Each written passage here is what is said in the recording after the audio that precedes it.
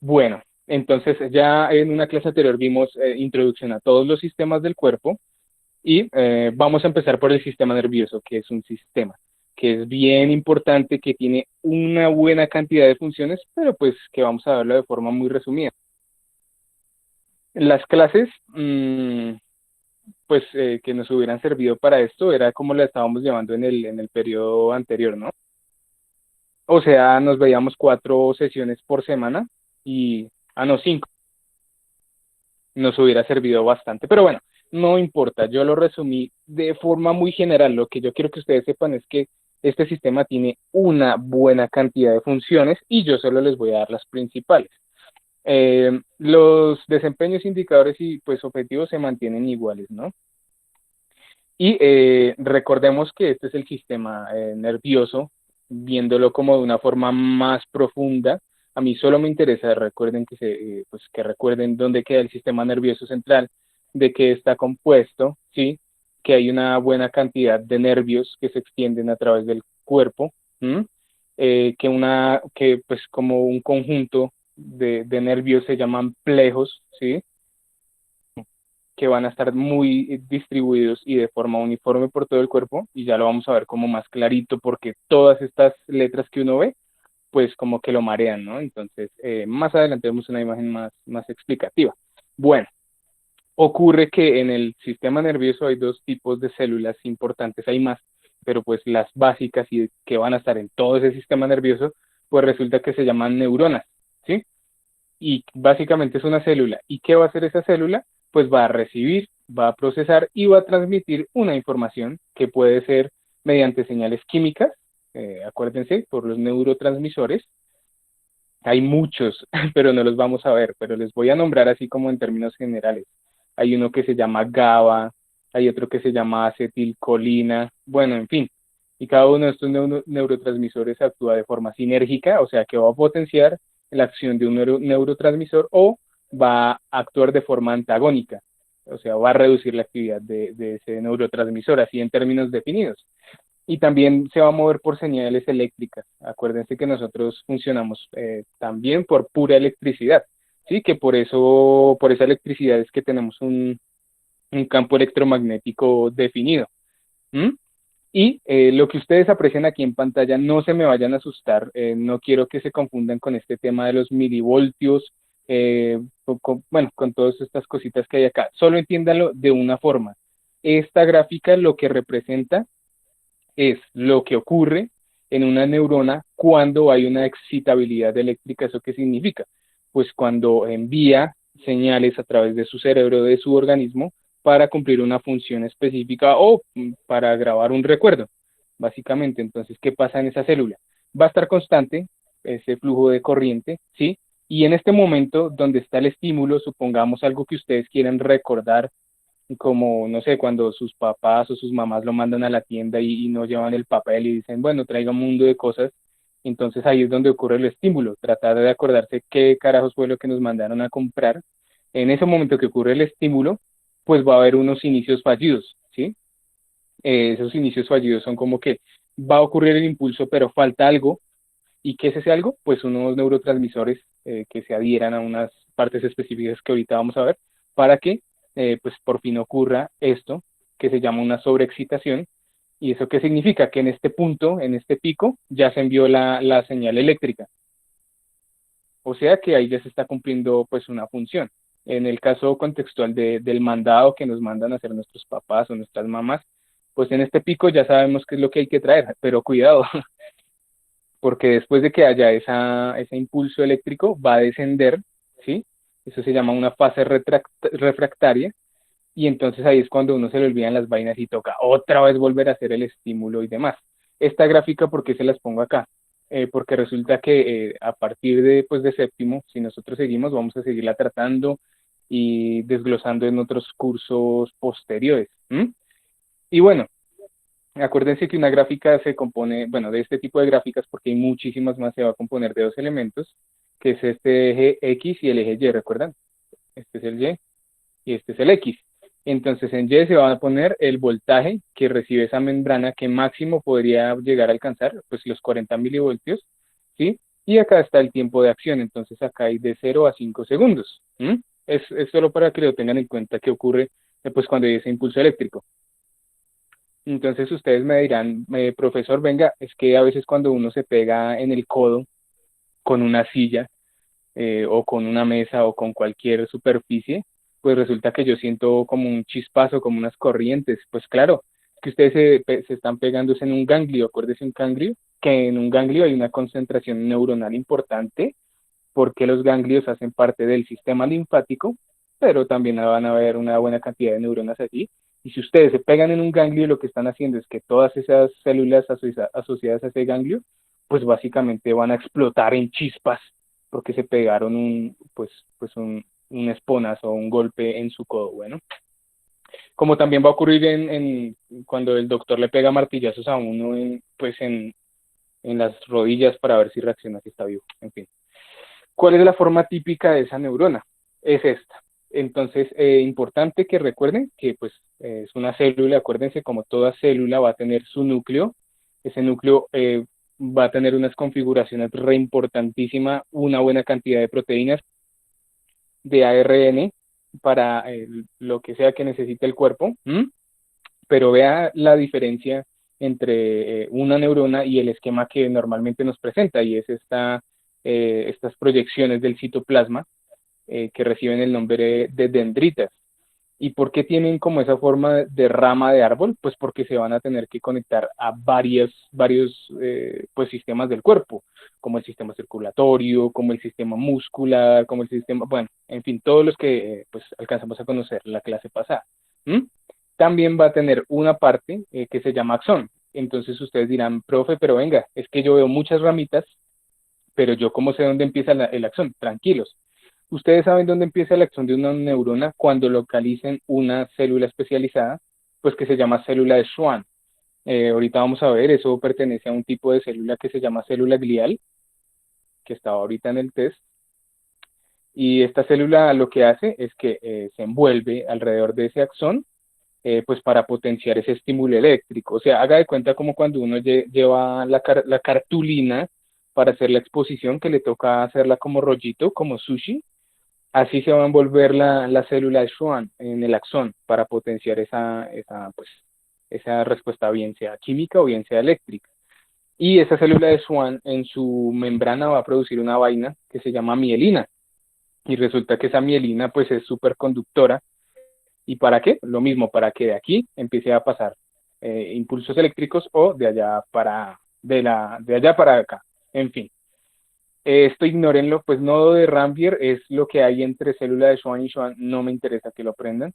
Y bueno, el cuerpo celular, pues básicamente es la estructura de toda esa neurona. Ahora, este axón se va a proyectar como una especie de lazo, y al final de ese lazo van a haber más ramificaciones. Ese va a ser el terminal del axón, que por supuesto se va a conectar pues a otras neuronas y a otros sistemas. Sigamos, miren, a mí siempre me gusta mostrarles cortes histológicos porque es que así es como se ve en realidad. O sea, es muy diferente ver un esquemita chévere, pues que sí que lo hace entender más a uno, pero este es un corte histológico real, ¿sí? Vea cómo está acá, pues toda la célula chiquitica, no se alcanza a diferenciar el núcleo porque esta tinción no lo permite, habría que hacer otra con fucsina y eosina, pero acá está la célula básicamente, y estas proyecciones pues van a ser esas dendritas. ¿Y qué es este cordón largo? Acuérdense, los axones. Y acá no alcanzamos a ver las células de Schwann, pero chequen esta otra que está pues como en más amplitud.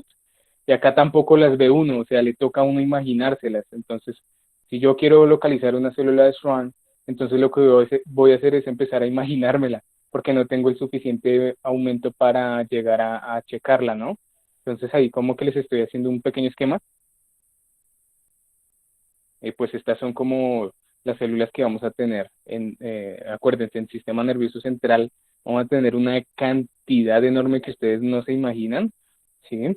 Y quiero que pongan atención a este pedazo, esto que yo estoy señalando, vea cómo todas las neuronas se van a interconectar, y entonces ustedes se acordarán que cuando uno no duerme bien, estas conexiones se pueden debilitar y romper. ¿sí? O cuando hay gente que pues es alcohólica o esa gente que consume drogas, ¿qué va a pasar? Pues ustedes saben que uno, o bueno, no, uno no. La persona que utiliza sustancias psicoactivas o que de pronto es alcohólica, pues esa sustancia va a tener, o sea, se va a abrir paso por sistema digestivo. Acuérdense que del sistema digestivo va a pasar al intestino delgado y del intestino delgado al sistema circulatorio y, en fin, va a ir al sistema nervioso, alterarlo, hacerlo sentir esa borrachera, sentir como esa alucinación y demás. Y entonces, ¿qué va a pasar? Pues que estas uniones se van a debilitar mucho y van a impedir como que esas neuronas se conecten y pues van a terminar rompiéndose. Afortunadamente, pues el sistema es como muy poderoso, porque es que ocurre que antes había un mito que uno nace con un número determinado de neuronas y que si las gasta, pues ya no va a tener más. Pues resulta que eso es falso. Las neuronas van a estar reconstruyéndose, ¿sí? Regenerándose, pero eso depende de las actividades que haga el sujeto. El jueguito que viene después de esta clase de teórica nos va a ayudar a eso, a potenciar esas neuronas y a reconstruir algunas que pues hemos perdido por estrés o por falta de sueño, como es mi caso. Y bueno, estas neuronas van a tener una forma bien particular que van a servirles para algunas cosas. Por ejemplo, chequen esta neurona unipolar. Quiero hacer la aclaración que en nosotros los humanos hay muy poquiticas. Estas neuronas unipolares van a estar en animales como más sencillitos, como una planaria, como en otros animales, pero en nosotros va a haber un muy poquitico porcentaje de neuronas unipolares, mientras que sí vamos a tener una buena cantidad de bipolares. ¿Y yo cómo la reconozco? Porque vea que yo tengo la célula aquí y a los lados de la célula se empiezan pues, a proyectar esos axones con sus dendritas, por eso se llama bipolar. No confundan el término de la bipolaridad, de que de pronto está feliz y después triste, como cuando uno le dicen sacó 10 en trimestral y después dicen, no me equivoqué, sacaste 6. No, bipolar es porque tiene dos axones, ¿ok? Dos axones pues proyectándose a diferentes lados. Multipolar es cuando yo, vea, tengo una muy buena cantidad de ramificaciones acá en la membrana celular de esta neurona y adicionalmente voy a tener un axón que se va a proyectar con más dendritas. Vea la diferencia que acá en la unipolar y en la bipolar, mi célula va a ser más planita, mientras que en la multipolar pues voy a tenerla en fase de Saiyajin 3 porque pues en esos cabellos de Saiyajin se van a conectar más neuronas y pues esta neurona multipolar va a tener la capacidad de enviar muchas más señales. Y pues cuidado también con estas pseudo unipolares, que bueno, pues una la tiene planita, ¿sí? Y vea que al inicio de acá donde les estoy subrayando pareciera ser una neurona unipolar, pero termina siendo una bipolar. Y también tiene unas funciones especializadas que pues ya veremos más a detalle. Por ahora solo revisamos estructuras para que como que se ubiquen y luego checamos funciones para no, no llenarlos tanto de información.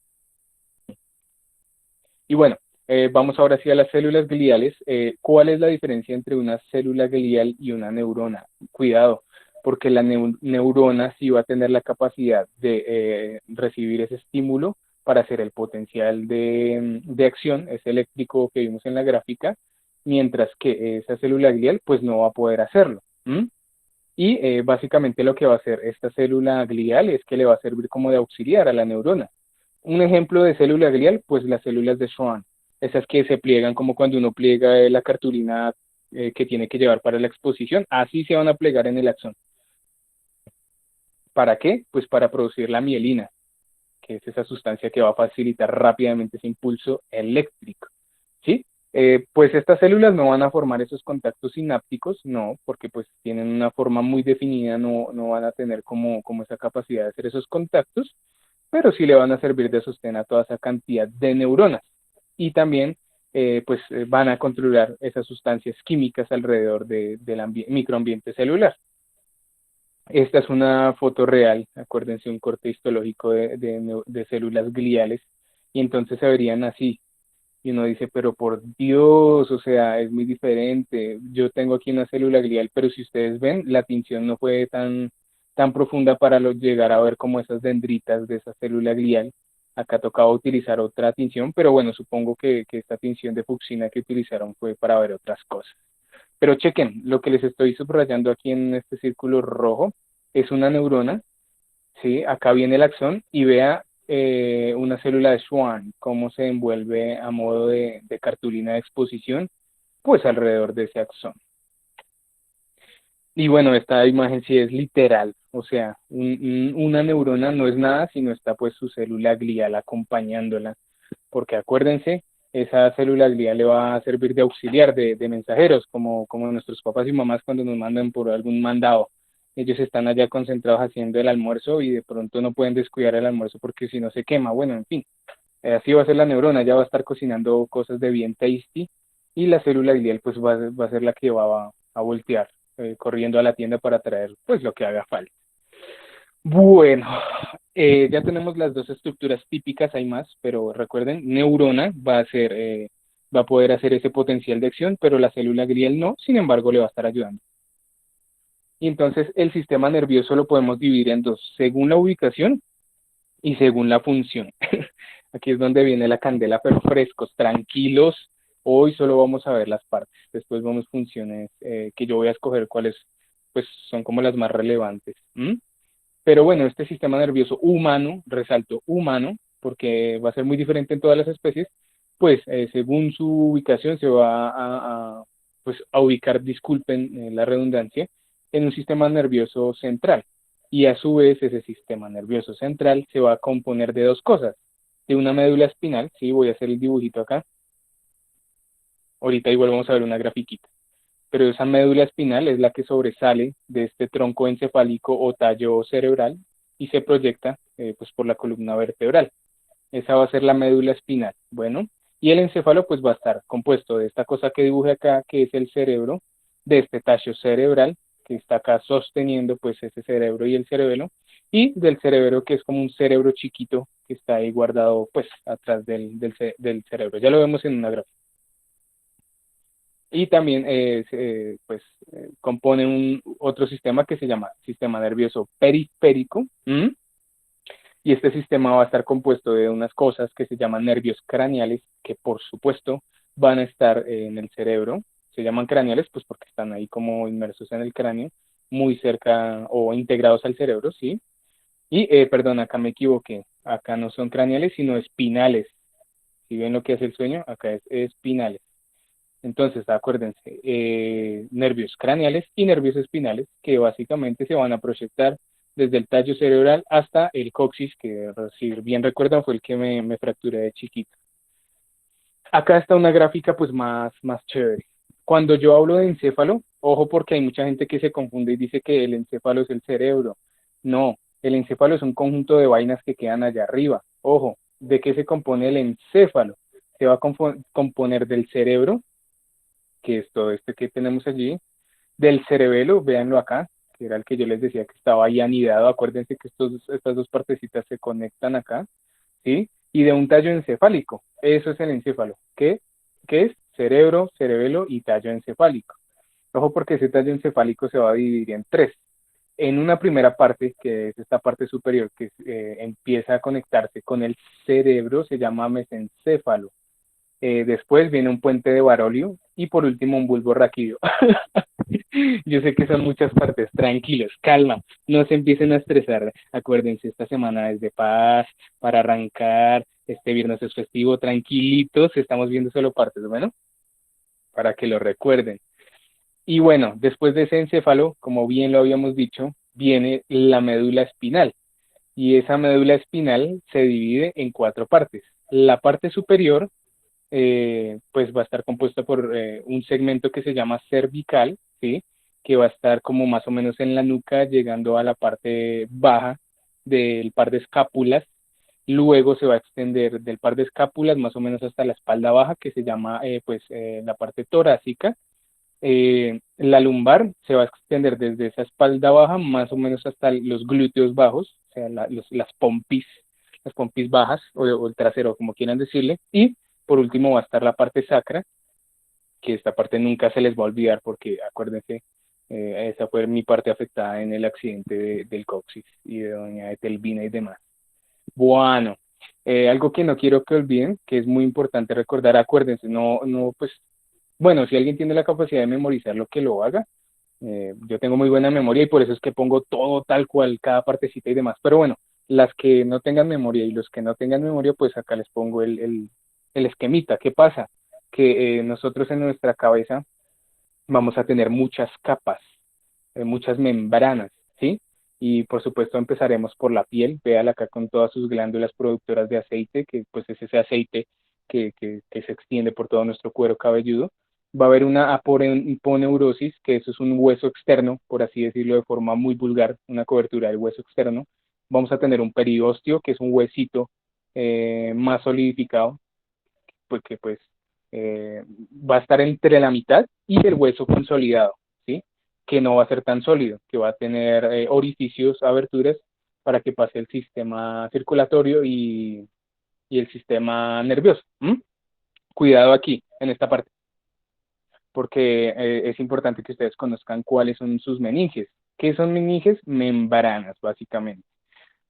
Primero, hay una que se llama duramadre, y esa duramadre es un líquido eh, hidrodinámico, perdón, es un líquido hidrodinámico que cuando ustedes se pegan en la cabeza, pues, ¿qué va a hacer? Los va a proteger de daños mayores.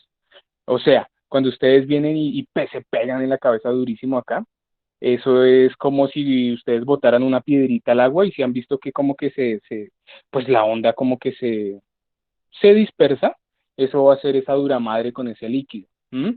O sea que literal cuando uno se pega en la cabeza se está rompiendo la madre. Tal vez por eso le digan así, no sé cómo habrá nacido ese término, pero pues esa dura madre lo protege a uno. Va a haber un perdón, una membrana aracnoides, se llama aracnoides porque chequen que tiene como unas ramificaciones, parecen unas arañitas, y esa dura madre va a involucrar mucho sistema circulatorio. ¿Por qué? Pues porque el cerebro se consume, acuérdense, una gran parte del oxígeno que procesamos todo el día, ¿no? Y la pía madre, que va a ser esa última membrana, que va a actuar como una barrera hematoencefálica. ¿Eso qué significa? Pues que tiene que filtrar mucho la sangre para que llegue en su estado más puro y no tenga invasores. Aquí quiero hacer una aclaración muy importante. Acuérdense que cuando a ustedes les duele la cabeza, no les está doliendo el cerebro. No, no. Acuérdense que el cerebro no tiene la capacidad de sentir dolor. Sí, va a percibir esas señales de dolor, pero no tiene la capacidad de sentir dolor. Cuando a ustedes les duele la cabeza, les está doliendo pues cualquiera de estas meninges, ¿sí?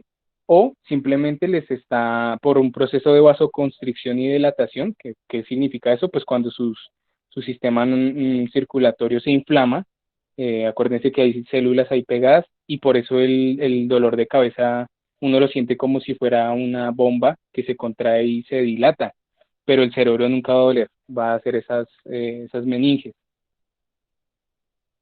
Y hay un proceso infectivo que se llama meningitis, que es básicamente que entró un agente viral o infeccioso, una bacteria, a esas membranas y las inflama. Bueno, y acá vamos a tener pues la segunda parte de nuestro sistema, que son los nervios craneales. Vea todos los nervios que nosotros tenemos, que son 12. Veamos algunos para no ponerme a decirlos todos, pero vea dónde queda el olfatorio. Y está muy cerca, pues a esas fosas nasales va a estar acá el óptico, vea.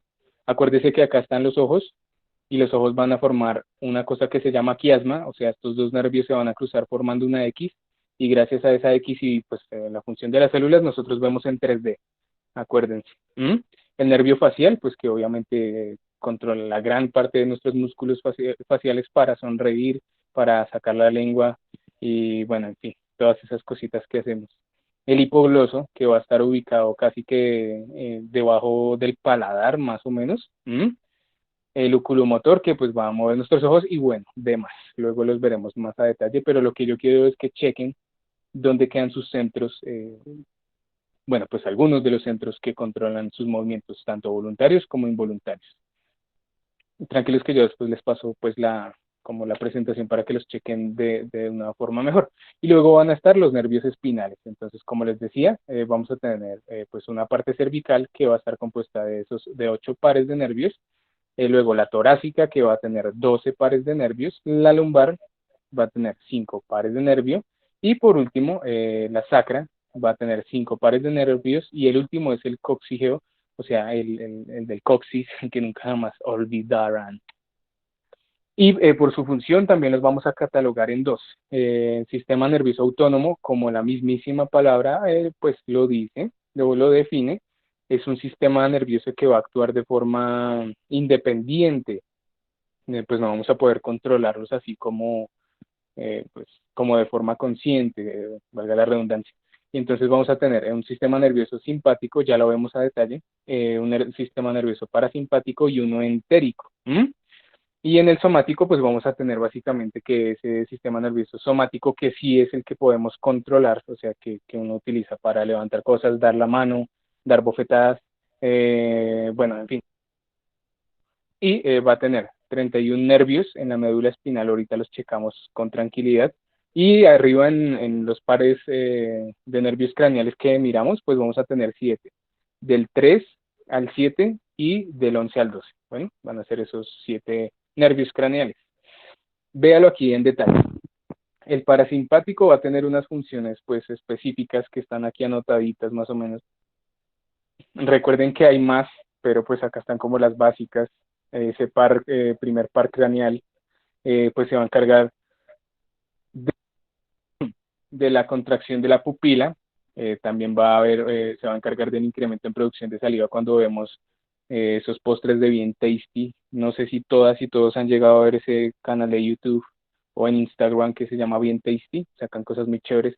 O bueno, cuando uno se provoca de algo, pues hay un incremento de saliva, pues ese centro va a estar acá, focalizado en el sistema nervioso parasimpático, justo en ese par craneal que luego veremos a detalle.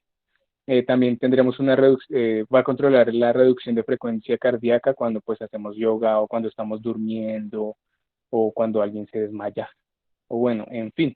Y el resto de funciones que ustedes ven acá que luego explicamos para no extendernos.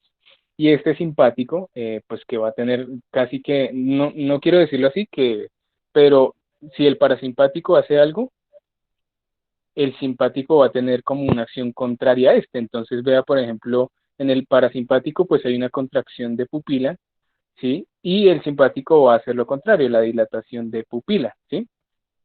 Otra vez acá otro ejemplo, el parasimpático va a incrementar la producción de saliva y el simpático pues disminución de saliva y así sucesivamente.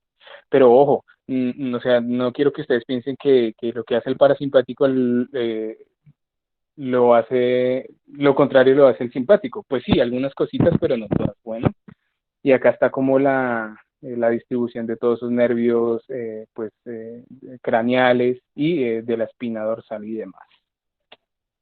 Y tenemos el sistema nervioso entérico, que es un sistema muy especializado.